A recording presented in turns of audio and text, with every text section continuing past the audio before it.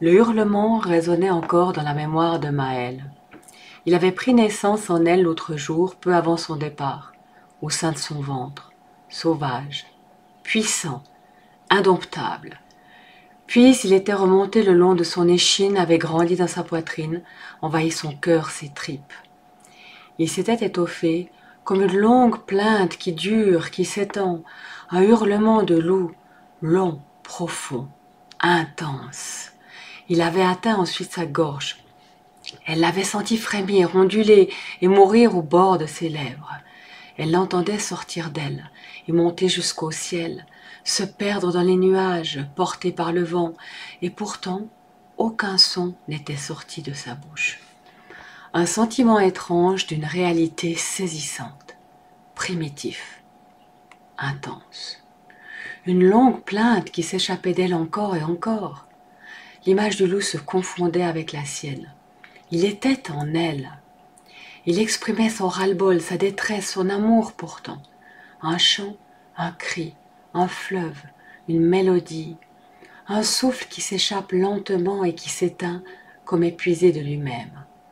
Il emportait avec lui ses colères, ses agacements, ses impuissances. Il les amenait hors de son corps et les laissait se répandre dans l'univers pour s'harmoniser avec sa vibration.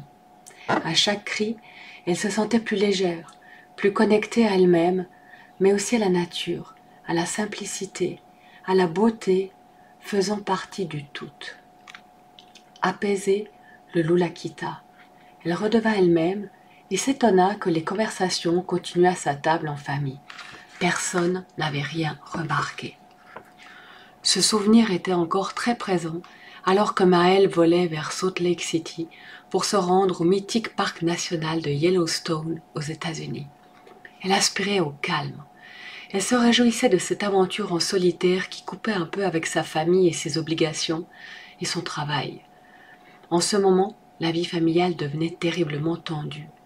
Ses 3 enfants avaient quasiment tous terminé leurs études supérieures et aucun n'était encore autonome. Tous habitaient encore la maison. Elle avait eu beaucoup de chance car ils s'étaient tous développés de manière assez harmonieuse et avaient de bons bagages pour la vie.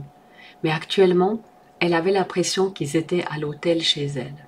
Même s'ils aidaient quand on leur demandait, globalement, chacun se cantonnait dans sa chambre, n'apparaissait qu'au repas, concocté par elle bien évidemment, mettait son linge sale au panier et reprenait ses habits propres, gentiment lavés et pliés. Et même si son mari l'aidait beaucoup, cela commençait à lui peser. À 55 ans, elle aspirait à plus de calme, de sérénité, moins de travail, plus de moments de solitude.